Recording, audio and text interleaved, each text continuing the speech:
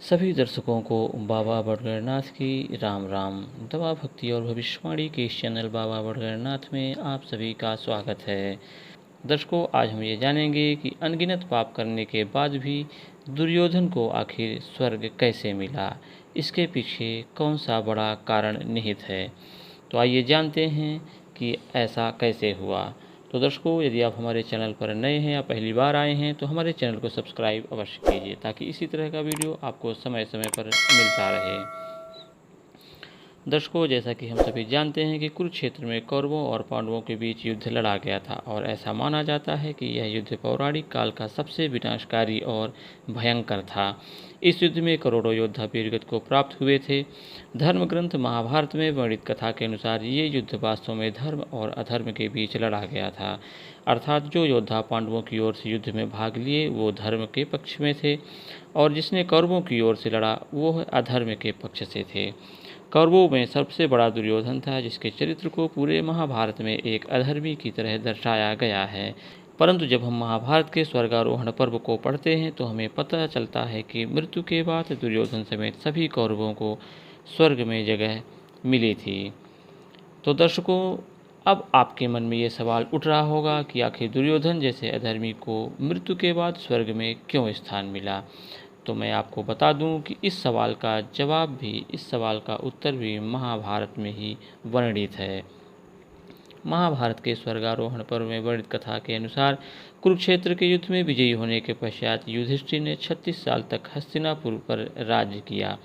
इसके पश्चात जब भगवान कृष्ण ने अपना देह त्याग किया तो युधिष्ठिर समझ गए कि अब उन लोगों का भी पृथ्वी से जाने का समय आ गया है।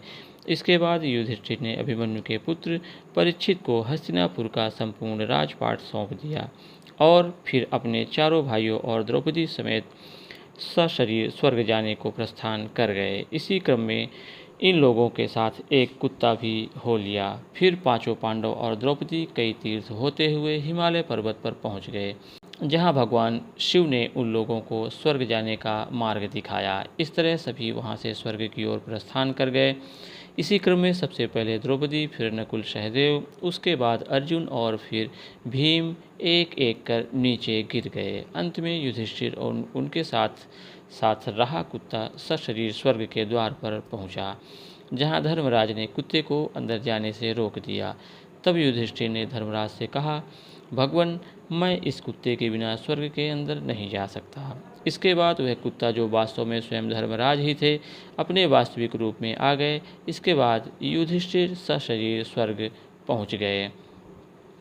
स्वर्गलोक में पहुंचकर धर्मराज युधिष्ठिर ने देखा कि दुर्योधन स्वर्गीय शोभा संपन्न हो तेजस्वी देवताओं तथा पुण्यकर्मा साध्य गणों के साथ एक दिव्य सिंहासन पर बैठकर सूर्य के समान देदीप्यमान हो रहा है। दुर्योधन को ऐसी अवस्था में देख उसे मिली हुई शोभा और संपत्ति का अवलोकन कर राजा युधिष्ठिर बहुत ही क्रोधित हुए। वो क्रोध से भर गए, सहसा दूसरी ओर लौट गए। फिर उच्च स्वर में सब लोगों से बोले, देवताओं, जिसके कारण हमने अपने समस्त प्रिय और बंधुओं का हठपूर्वक युद्ध में संहार कर डाला और सारी पृथ्वी को ही उजाड़ डाली, जिसने पहले हम लोगों को महान वन में भारी क्लेश पहुंचाया था, तथा जो निर्दोष अंगों वाली हमारी धर्मपरायण पत्नी पांचाली राजकुमारी द्रौपदी को, पांचाल नरेश की राजकुमारी द्रौपदी को भरी सभा में गुर्जनों के समीप घसीट लाया था, उस लोभी और दूरदर्शी दुर्योधन के साथ रहकर मैं इस पुण्य लोकों को पाने की इच्छा नहीं रखता। देवगण, मैं दुर्योधन को देखना भी नहीं चाहता। मेरी तो वहीं जाने की इच्छा है जहां मेरे भ्राता हैं।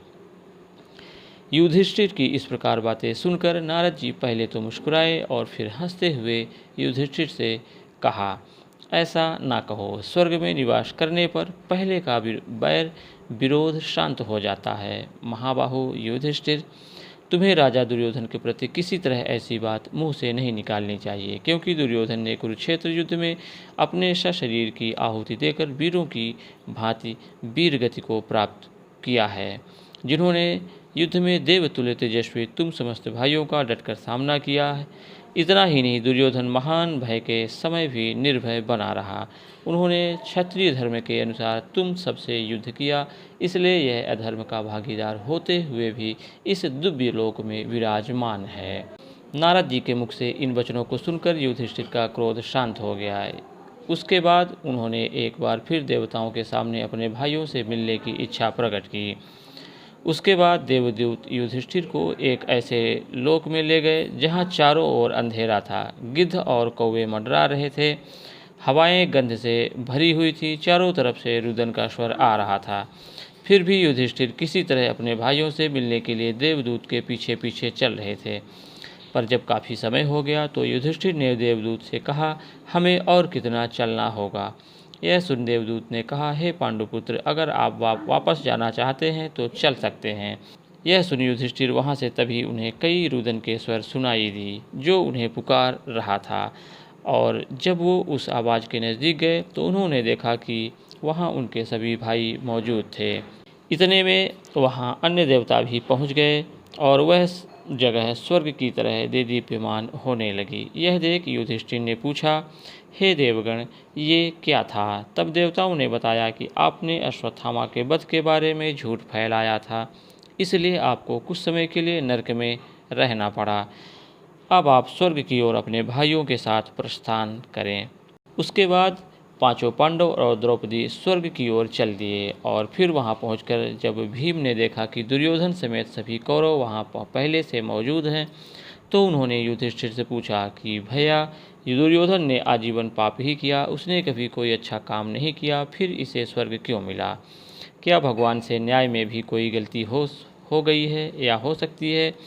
तब राजा युधिष्ठिर ने बताया कि अपने पूरे जीवन में दुर्योधन का ध्येय एकदम स्पष्ट था। उसी उद्देश्य की पूर्ति के लिए उसने हर संभव कार्य किया। चूँकि दुर्योधन को बचपन से ही अच्छे संस्कार नहीं मिले, इसलिए वह सच का साथ नहीं दे पाया।